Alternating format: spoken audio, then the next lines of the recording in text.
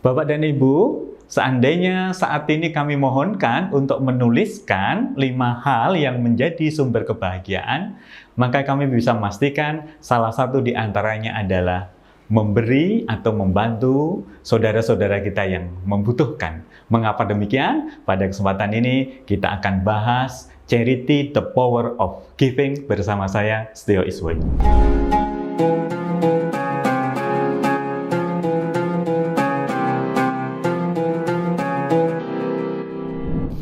Assalamualaikum warahmatullahi wabarakatuh. Alhamdulillahirabbil alamin. Allahumma sholli ala sayidina Muhammad wa ala ali sayidina Muhammad. Rabbi shrah li sadri wa yassir li amri wahlul 'uqdatam min lisani yafqahu qawli. Rasa syukur tak terbilang Allah SWT sampaikan kita pada Ramadan tahun ini. Teriring doa, mudah-mudahan kita semua sehat walafiat, panjang umur, dan Allah mudahkan untuk menghidupkan Ramadan dengan amalan-amalan terbaik yang bisa kita ikhtiarkan. Tak kenal maka tak nyumbang, mohon izin memperkenalkan diri supaya setelah ini nanti banyak sumbangan. Saya mewakili teman-teman dari Yayasan Amal Khair Yasmin, salah satu mitra Laswati Global Compassionate School dalam menerbangkan nilai-nilai kebaikan yang sejalan dengan Compassionate Lasaulas Asih Cinta Kasih yang diajarkan di Laswardi. Berdomisili di Tangerang Selatan, Yayasan Yasmin saat ini mengelola 6 sekolah gratis dari TK sampai SMK Informatika, rumah yatim, kemudian pusat terapi autis, pusat rehabilitasi ODGJ, kemudian rumah cahaya, dukungan mental health bagi remaja-remaja dari keluarga kurang mampu yang mengalami masalah-masalah psikologis dengan beragam pemicu, diantaranya korban KDRT, akibat orang tuanya mengalami masalah, kemudian juga orang tuanya bercerai, korban bullying, tersesat pada video yang kurang benar, juga pada aktivitas pergaulan-pergaulan yang tidak mendukung mereka untuk berkarakter baik. Kami sangat senang karena program ini juga menjadi bagian dari kesukarelawanan Bapak dan Ibu para psikolog yang mendedikasikan kompetensi dan waktunya untuk mengelola rumah cahaya. Kami juga memberikan training-training gratis Bapak dan Ibu bagi sekolah-sekolah swasta, terutama madrasah. Juga ini bekerja sama dengan Bapak dan Ibu guru dari Laswardi, sehingga materi-materi yang kami berikan adalah materi-materi pendidikan kekinian yang mereka sangat butuhkan. Zakat, infak, sedekah, wakaf menjadi bagian dari bentuk berbagi yang sangat masif, menjadi fokus kita di bulan Ramadan, tanpa mengurangi esensi zakat, infak, sedekah, wakaf pada bulan-bulan sebelumnya. Mengapa ini perlu mendapat penekanan dalam bulan Ramadan di luar ibadah puasa, taraweh, tadarus, kemudian tilawah, qiyamul lail?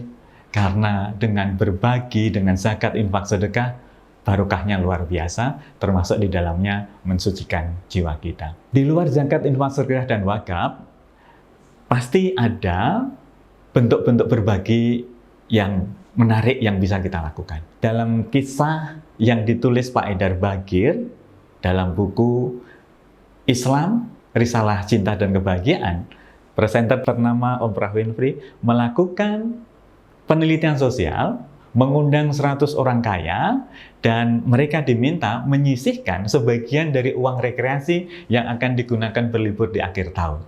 Dana yang terkumpul nantinya akan digunakan untuk kegiatan sosial, dan pasti mereka juga akan terlibat. Singkat cerita, kegiatan ini berlangsung dengan baik, dan selesai kegiatan mereka kemudian diajukan pertanyaan, apa yang Bapak dan Ibu rasakan? Masya Allah, semuanya menjawab, dengan berbagi pada tahun ini kami merasa ada bentuk kebahagiaan yang tidak pernah kami rasakan sebelumnya. Inilah Bapak dan Ibu sekalian, kekuatan berbagi, dan bagaimana agar berbagi ini memberikan dampak yang luar biasa. Ini akan kita diskusikan, mohon izin untuk menggunakan alur berpikir dengan menggunakan akronim sedekah. S-nya adalah syukur, E-nya adalah efektivitas, D-nya adalah dampingi, kemudian E-nya adalah edukasi, K-nya kreatif, A-nya aktif, dan H hasilnya berlimpah berkah. Saya ingin mengawali pembahasan dari huruf E dulu, nanti huruf S tentang syukur kita akan tarik ke belakang, sekaligus menutup pembahasan kita pada saat ini. Efektivitas pasti akan terkait dengan kepada siapa ini akan diberikan, bentuknya apa, dan kapan. Pertanyaan paling umum adalah memberikan ikan atau kail. Dua-duanya bisa dilakukan dalam konteks yang berbeda. Ketika yang kita bantu adalah saudara-saudara kita yang korban bencana, saudara-saudara kita yang sedang sakit tidak bisa berobat, saudara-saudara kita yang memiliki kendala untuk bayar kontrak rumah misalnya, maka ikan jauh lebih penting, sejalan dengan itu kailnya kita persiapkan. Kepada siapa berbagi ini harus kita salurkan? Bapak dan Ibu, karena efektivitas ini berkait dengan tepat sasaran, akan sangat efektif kalau kita bisa menggandeng lembaga-lembaga yang memang memiliki concern dalam mengelola program-program sosial. Dengan segala kerendahan hati, barangkali Yayasan Amal Khair Yasmin bisa menjadi bagian dari rencana berbagi Bapak dan Ibu. Kita bisa bersinergi, bergandengan tangan, sebagaimana saat ini kami juga bersinergi dengan keluarga besar Laswardi Global Compassionate School. Berikutnya Bapak dan Ibu, D, dampingi. Ofrah juga melakukan satu riset sosial yang menarik, di mana beliau membagikan uang yang cukup besar kepada para wanita dari keluarga tidak mampu, dan dari dana yang mereka terima, mereka diberi kebebasan untuk membelanjakan apa saja. Ternyata yang dibelanjakan adalah kebutuhan sekunder dan tersier, Bapak dan Ibu. Baju, sepatu, kemudian kosmetik, dan mungkin perhiasan. Setelah uangnya habis, baru muncul kesadaran, seharusnya bukan ini yang dibelanjakan, tapi uang itu digunakan untuk hal yang lebih strategis. Membuka usaha, menabung cadangan dana untuk kesehatan barangkali. Karena itulah Bapak dan Ibu, mari kita dampingi penerima manfaat kita supaya siapapun yang kita bantu bisa mengalokasikan bantuan itu dengan sebaik mungkin dengan skala prioritas yang tepat. Huruf E berikutnya adalah edukasi. Siapa yang harus kita edukasi? Pasti diri kita sendiri. Kepada putra-putri tercinta di rumah, kepada keluarga dekat. Kepada anak-anak kita, mari kita sampaikan bahwa salah satu sumber kebahagiaan itu dengan berbagi. Kita bisa melatih mereka dengan mengalokasikan uang saku. Kita bisa bercerita kepada anak-anak kita tercinta tentang model-model kegiatan yang bisa kita lakukan. Dan yakinlah Bapak dan Ibu, kalau itu terus kita sampaikan pada anak-anak, di sekolah diberikan penguatan, di rumah menjadi kebiasaan rutin, anak-anak kita akan memiliki jiwa welas asih. Edukasi berikutnya tentu pada penerima manfaat. Ibu Bapak, di sekolah-sekolah kami yang SMA, SMK, ketika anak-anak kelas 12 mau lulus, mau wisuda, biasanya kami kumpulkan. Nak, Pak Is mewakili Bapak dan Ibu Guru ingin menyampaikan selamat, sebentar lagi kalian akan wisuda. Doa Bapak menyertai, kalian semua akan jadi orang kaya, dan ketika jadi orang kaya, simpanlah uang itu di saku, jangan di hati. Mereka biasanya menanyakan bahwa, apa Pak Is bedanya nyimpan uang di hati sama di saku? Kalau nyimpan uang di hati, nak, kau akan membantu saudaramu yang membutuhkan, mikirnya kelamaan, mikirnya kepanjangan, pertimbangannya terlalu lama dan akhirnya malah tidak membantu. Tapi ketika uang itu kau taruh di saku, ada keluargamu, ada saudaramu yang kelihatan membutuhkan Tuhan, nggak usah mikir panjang, nak. Jadikanlah berbagi itu sebagai kegiatan refleks, sebagai kegiatan spontan, dan kau akan merasakan manfaatnya. Kami juga selalu pesan pada anak-anak, Bapak dan Ibu, nak, setelah lulus 1-2 tahun carilah pekerjaan dulu, tahun ketiga harus S1, harus kuliah, karena ketika kalian tidak ngejar S1 nanti di dunia kerja manapun kalian akan memiliki kendala, terutama dalam pengambilan keputusan, karena di S1 kalian akan diajarkan bagaimana membangun logika berpikir untuk menyelesaikan masalah. Maka S1 harus dikejar, tapi 2 tahun ini bekerjalah dengan sangat serius. Dan ketika kau terima gaji di bulan pertama, bagilah gaji itu ke dalam 2 amplop. Amplop yang pertama setengahnya dan amplop yang kedua juga setengahnya. Amplop yang pertama simpanlah untuk uang operasionalmu dari rumah ke kantor. Amplop yang kedua bersimpuhlah di hadapan mama sama bapakmu dan sampaikan, Mama, Bapak, alhamdulillah kakak sudah bekerja. Sudah kakak sisihkan untuk operasional ke kantor. Yang setengahnya mama yang pegang. Jumlahnya tidak terlalu banyak. hanya cukup untuk membantu beli beras, membayar listrik, mungkin kebutuhan-kebutuhan yang lain. Dan mulai bulan depan, SPP adik-adik, aku yang akan tanggung. Kami sampaikan Bapak dan Ibu pada anak-anak, kalau itu kau lakukan, yakinlah hidupmu akan penuh barokah, karena kau letakkan kebahagiaan keluargamu di pundak kanan dan di pundak kirimu. Edukasi. Bapak dan Ibu, berikutnya adalah K, kreatif. Tadi kami sampaikan mengelola banyak program sosial di yayasan. Dari mana boleh dana? Yayasan punya program hibah barang bekas berkualitas untuk pendidikan berkualitas. Jadi di yayasan ada 3 unit mobil bak terbuka Bapak dan Ibu yang setiap hari keliling dari komplek ke komplek. Sebelumnya telepon terlebih dahulu, adakah majalah, koran, pakaian, alat rumah tangga yang sudah tidak kepake. Bahkan kami sering memperoleh hibah sepeda motor, mobil, perhiasan. Barang-barang inilah yang kemudian dijual di toko barbeku, bukan toko daging panggang, tapi toko barang bekas berkualitas. Tempatnya ada di Ciputat, Tangerang Selatan. Seluruh hasilnya digunakan untuk membiayai putra-putri kita yang terlibat dalam program sosial itu. Kreativitas juga bisa kita wujudkan dalam sumbangan-sumbangan yang lain. Alokasi waktu, dukungan, kompetensi, dan sebagainya. Maka kita menginjak pada A, huruf A, yaitu aktif. Kami sangat senang sekiranya Bapak dan Ibu bersama kami terus membangun komunikasi yang aktif. Kami akan melaporkan progresnya, Bapak dan Ibu memberikan umpan balik, Bapak dan Ibu memberikan ide-ide pengembangan.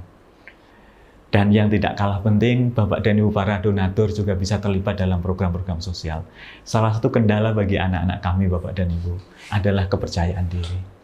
Saudara-saudara kita dari keluarga kurang mampu itu biasanya nggak pede.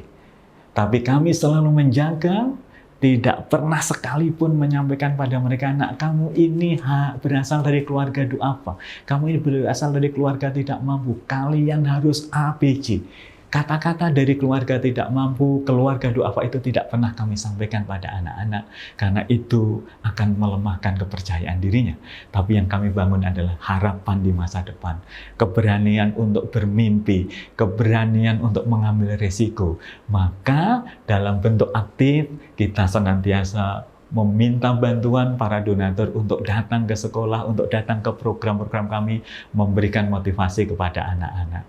Bapak dan Ibu bisa menceritakan dunia pekerjaan yang akan dihadapi, tantangan masa depan. Dan itu kami sangat senang kalau itu bisa dilakukan. Kami juga berterima kasih karena banyak donatur-donatur yang meminta anak-anak melakukan kunjungan di kantor-kantor beliau, dan di sanalah anak-anak akan memiliki wawasan yang jauh lebih luas.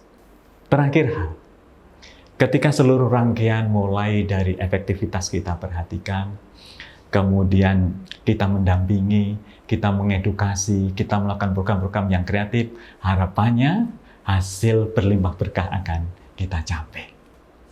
Karena itu Bapak dan Ibu, untuk mengambil keberkahan dari proses berbagi, the power of giving, maka S yang terakhir adalah syukur. Bapak dan Ibu mohon berkenan mengamati apa yang saya pegang, apa yang terlihat. Sebagian besar kita akan menyampaikan ada titik hitam di tengah kertas putih.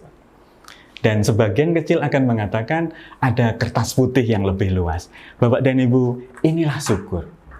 Hidup pasti akan banyak tantangan. Hidup pasti akan banyak cobaan. Tapi yakinlah, cobaan atau tantangan itu hanya setitik ini saja. Kalau kita fokus pada titik ini, kita fokus pada kesulitan kita fokus pada cobaan kita, maka sejatinya itu akan melalaikan rasa syukur. Sementara rasa syukur itu bisa kita ibaratkan sebagai kertas yang lebih luas, pasti keberkahan, kemudahan yang diberikan oleh Allah SWT itu jauh lebih banyak. Karena itu Bapak dan Ibu, rasa syukur ini akan kemudian menjadi bagian yang tidak terpisahkan untuk mendorong kebahagiaan dalam berbagi. Profesor Quraish Shihab memberikan satu ilustrasi yang menarik. Syukur adalah merasa banyak ketika menerima, merasa sedikit ketika kita memberi. Dalam konteks buka puasa barangkali, tetangga mengirim semangkok kolak untuk buka puasa. Ketika dalam hati kita menerima, kita wujudkan dengan rasa alhamdulillah, dalam hati kita bergumam, Masya Allah, rezekinya Allah SWT dimudahkan, dan pada saat yang bersamaan kita merasa, tetangga ini kalau ngirim makanan banyak sekali. Lain kesempatan kemudian kita mengirimkan balik, mungkin kiriman balik kita jauh lebih banyak. Tapi kalau dalam hati kita merasa, pantes enggak ya, tadi yang saya kirimkan pada tetangga, kok sedikit sekali, maka itulah bentuk rasa syukur. Merasa banyak ketika menerima, merasa sedikit ketika memberi. Dalam bahasa Indonesia, syukur diterjemahkan dalam 2 suku kata, terima kasih. Saya terima rezeki dari Allah SWT, saya kasih kepada saudara-saudara yang membutuhkan. Saya terima ilmu dari guru kita yang luar biasa, dari ustadz-ustadz kita yang luar biasa, kita sebarkan juga pada orang lain. Kita terima kebaikan dari orang lain, maka kita berbalas kebaikan. Jadi syukur adalah terima kasih. Untuk itu, terima kasih atas waktu yang diberikan. Teriring doa Bapak dan Ibu selamat menghidupkan Ramadan dengan amalan-amalan yang luar biasa. Dan salah satu bentuk amalan sebagai rasa syukur kita adalah memberikan, memasukkan rasa bahagia di hati keluarga kita yang membutuhkan. Mohon maaf lahir batin. Assalamualaikum warahmatullahi wabarakatuh.